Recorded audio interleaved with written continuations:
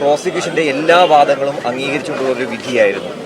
തീർച്ചയായിട്ടും. അതായത് ഈ ഏതൊക്കെ വകുപ്പുകളിൽ പ്രോസിക്യൂഷൻ എന്തൊക്കെ തെളിവുകൾ നിരത്തിയോ ആ തെളിവുകളെ എല്ലാം വ്യക്തമായിട്ടും കോടതി അംഗീകരിച്ചിട്ട് ആണ് അവസാനം ഒരു വധശിക്ഷ നൽകണമെന്നുള്ള ഒരു വാദം തന്നെ കോടതി അംഗീകരിച്ചിട്ട് ഒരു ക്യാപിറ്റൽ പണിഷ്മെന്റ് മരണം വരെ തൂക്കുകയർ നൽകണം എന്നുള്ള ഒരു ജഡ്ജ്മെന്റിൽ ആ ഒരു വിധി വന്നത്. പൂർണ്ണമായിട്ടും സാറ്റിസ്ഫൈഡ് ആണ് ആ ജഡ്ജ്മെന്റ്. എന്തുകൊണ്ടാണ് നമുക്ക് ഈ 307 വിട്ടുപോയത് വധശ്രമം?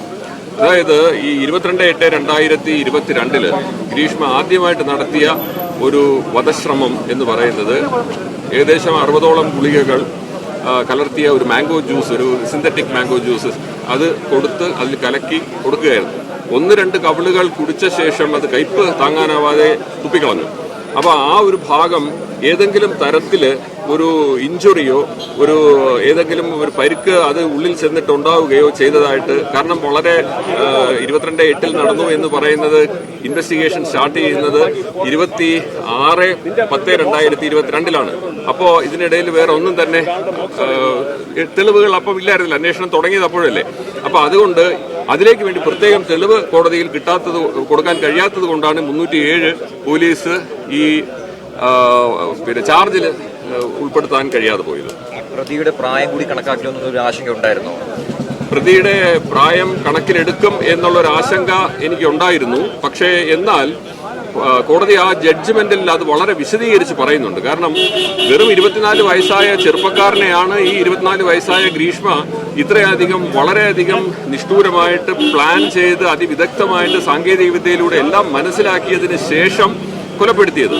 അപ്പൊ അങ്ങനെയുള്ള പ്രായവും അറിവുമൊക്കെ ഈ ഒരു ഡെവിളിഷ് മൈൻഡോടുകൂടിയാണ്, ഒരു പിശാചിന്റെ ചെകുത്താന്റെ മനസ്സോടുകൂടിയാണ് ഈ കൊലപാതകം നടത്തുന്നതിലേക്ക് വേണ്ടി ഉപയോഗിച്ചത് ആ മനസ്സ്. അതുകൊണ്ട് ഒരിക്കലും ആ പ്രായം ഇതിന് ഒരു വധശിക്ഷ നൽകുന്നതിന് തടസ്സമാകുന്നില്ല എന്ന് തന്നെയാണ് കോടതി കണ്ടെത്തിയത്. ഒരുപക്ഷേ ഗ്രീഷ്മ മേൽക്കോടതിയെ സമീപിക്കുകയാണെങ്കിൽ ഇളവ് ലഭിക്കാൻ സാധ്യത വരുമോ?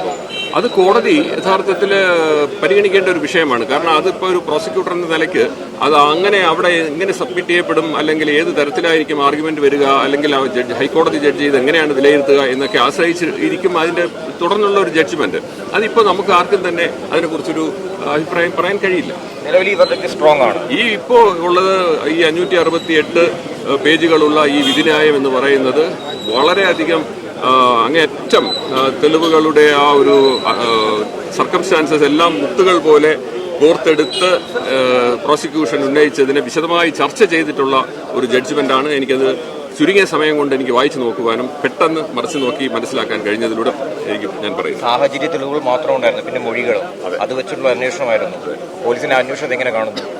തീർച്ചയായിട്ടും കേരള പോലീസിനെ അതുകൊണ്ടല്ലേ മുക്തകണ്ഠം ഈ അന്വേഷണം ഈ വിധി പ്രഖ്യാപിക്കുന്നതിന്റെ ഭാഗമായിട്ട് കേരള പോലീസിനെ ഈ അന്വേഷണ ഉദ്യോഗസ്ഥന്മാരെ പ്രത്യേകിച്ച് വളരെ 3 പേരെയും, കാരണം IPS ശില്പ കോൺസ്റ്റിറ്റ്യൂട്ട് ചെയ്ത റൂറൽ SP ആയിരുന്ന IPS ശില്പ കോൺസ്റ്റിറ്റ്യൂട്ട് ചെയ്ത ഈ ഒരു സ്പെഷ്യൽ ഇൻവെസ്റ്റിഗേഷൻ ടീമിന്റെ വർക്ക് അത് ജോൺസൺ DYSP, പിന്നെ കൂടാതെ SP ആയിട്ടുള്ള സുൽഫിക്കർ, അതുപോലെ ഒരു പാറശാല സർക്കിൾ ഇൻസ്പെക്ടർ ആയിരിക്കുന്ന ഇപ്പോഴത്തെ സജി, പിന്നെ അവസാനം ചാർജ് കൊടുത്ത രാസിദ്, ഇവരുടെ ഒരു ഏകോപിച്ചുള്ള ഒരു വളരെ ബുദ്ധിപൂർവമായിട്ടുള്ള നീക്കങ്ങളിലൂടെയും തെളിവ് ശേഖരണത്തിലൂടെയും ആണ് ഈ കേസ് തെളിഞ്ഞത് എന്നുള്ളത് വളരെയധികം ഒരു കേരള പോലീസിന് അഭിമാനിക്കാവുന്ന ഒരു കാര്യമാണ്. അതുകൊണ്ട് മാത്രമാണ് എനിക്ക് അത് നല്ല രീതിയിൽ കോടതിയിൽ പ്രസന്റ് ചെയ്ത് ജഡ്ജിനെ കൺവിൻസ് ചെയ്യാനും എനിക്ക് കഴിഞ്ഞത്. അവസാന ചോദ്യം, പ്രോസിക്യൂഷന്റെ വലിയ വിജയം കൂടിയായിരുന്നു. തീർച്ചയായിട്ടും കേരള സ്റ്റേറ്റിന്റെ ഒരു വലിയ വിജയമാണ് ഈ പ്രോസിക്യൂഷനിലൂടെ അല്ലെങ്കിൽ പ്രോസിക്യൂട്ടറിലൂടെ അത് പിന്നെ തെളിയിച്ചെടുക്കാൻ കഴിഞ്ഞു എന്ന് പറയുന്നതിൽ അഭിമാനവും അത് തീർച്ചയായിട്ടും എനിക്ക് അങ്ങേയറ്റം സന്തോഷം നൽകുന്ന, എൻ്റെ ഔദ്യോഗിക ജീവിതത്തിൽ വളരെയധികം ഒരു ആത്മാഭിമാനം നൽകുന്ന ഒരു കാര്യം തന്നെയാണ്. Thank you.